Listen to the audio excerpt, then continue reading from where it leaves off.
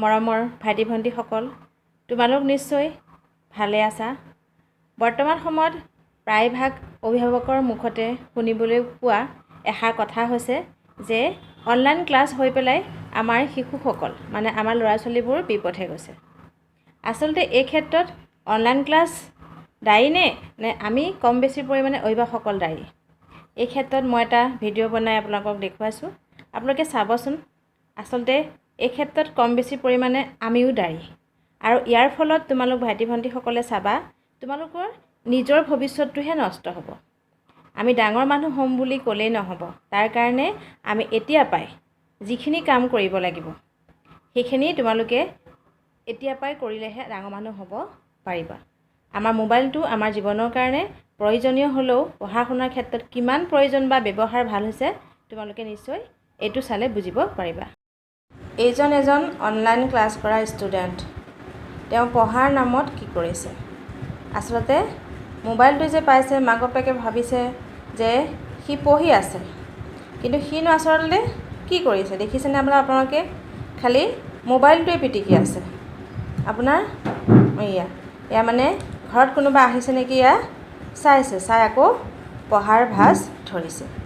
আকৌ অকণমান পাছতে দেখিব এয়া তেওঁ মোবাইলটো, এয়া চাওক আপুনি, মোবাইলটো আকৌ সেইখন জপাব, এতিয়া জপাই পেলাই আকৌ মোবাইলটো হাতত তুলি, এয়া দেখিছেনে মোবাইলটো হাতত তুলি লৈছে। আচলতে তেওঁ কাক ফাঁকি দিছে দেখিছেনে? আনহাতে এইজন চাওকচোন, তেওঁৰ ঘৰ অৱস্থা পাতি বৰ ভাল নহয়, যেন তেন চলি থাকিব পৰা। ঘৰত এটা অনলাইন ক্লাছ কৰিব পৰা মোবাইলো নাই। সেয়ে তেওঁ খুব মনোযোগেৰে কি কৰিছে, নিজেই পঢ়াখিনি বুজিবলৈ বা বুজি পেলাই লিখিবলৈ চেষ্টা কৰিছে। তেওঁৰ মোবাইলত ইণ্টাৰেষ্ট নাই। ইণ্টাৰেষ্ট মানে থাকিব ক'ৰ পৰা, তেওঁলোকৰ গাত ঘৰত মোবাইলেই নাই। আনজনৰ ঘৰত মোবাইল আছে বহুত, আৰু ধনী মানুহৰ ঘৰৰ, সেইকাৰণে তেওঁ কি কৰে, মোবাইলৰ পৰা পঢ়ে। এয়া দেখিছেনে, এয়া প্ৰথমজন ল'ৰা যি মোবাইলত চাই চাই সময়টো পাৰ কৰি দিলে। এতিয়া যেতিয়া পৰীক্ষা তাৰ বেয়া হ'ল, সি নিজৰ মূৰটো নিজে খুন্দিয়াইছে। আচলতে সি এতিয়া অনুভৱ কৰিছে সি কি কাম কৰিলে। সি যদি ভালকৈ পঢ়িলেহেঁতেন, মোবাইলটো ব্যৱহাৰ ভালকৈ কৰিলেহেঁতেন, তেতিয়া হয়তো আজি সি এটা ভাল ৰিজাল্ট কৰিব পাৰিলেহেঁতেন। এইজন চাওক পিছৰজন ছাত্ৰ, যিজনে ভালকৈ পঢ়িছিলে, আজি তেওঁ নিজৰ মাৰ্কশ্বিটখন চাই পেলাই তেওঁ বহুত আনন্দিত হৈছে। মানে তেওঁ অনলাইন ক্লাছ নকৰিলেও যিহেতু মন দি পঢ়িছিলে, সেইকাৰণে তেওঁ নিজৰ ৰিজাল্টক লৈ বহুত ফূৰ্তি পাইছে। এতিয়া তোমালোকে নিশ্চয় বুজিব পাৰিছা চাগে যে মোবাইলটো যদি আমি ভালদৰে ব্যৱহাৰ নকৰোঁ, অনলাইন ক্লাছৰ নামত আমি নিজকে যদি ফাঁকি দিওঁ, তেতিয়াহ'লে আমাৰ নিজৰ জীৱনটোৱেই কি হ'ব, অসাৰ হৈ যাব।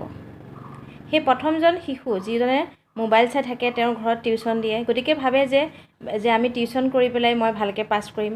ঘৰৰ মানুহ ভাবে আমি টিউশ্যন দিছোঁ, সি অনলাইন ক্লাছ ভালকৈ কৰিছে, গতিকে কি হ'ব, সি ভালকৈ পাছ কৰিব। কিন্তু সি অনলাইন ক্লাছৰ নামত কেৱল কি ভেকু ভাওনা কৰিছে সিহে জানে। আৰু কেৱল টিউশ্যন দিলেই বা টিউশ্যন পঢ়িলে জানো কোনোবা ভাল মানুহ হ'ব পাৰিব, মানে পঢ়াখিনি আয়ত্ব কৰিব পাৰিব? কেতিয়াও নোৱাৰে। তাৰ বাবে নিজৰ প্ৰচেষ্টাৰো প্ৰয়োজন। মই ভাবোঁ তোমালোকে ভিডিঅ'টোৰ পৰা কম বেছি পৰিমাণে অলপ হ'লেও শিক্ষা লাভ কৰিব পাৰিছা। আজিলৈ বিদায়, ধন্যবাদ। যদি কিবা শিক্ষা পাইছা তেতিয়াহ'লে মোৰ চেনেলটো ছাবস্ক্ৰাইব কৰিবা, লাইক কৰিবা, শ্বেয়াৰ আৰু কমেণ্ট কৰিবলৈ নাপাহৰিবা। মই এনেকুৱা ধৰণৰ ভিডিঅ' তোমালোকৰ বাবে আকৌ আনিম। ধন্যবাদ।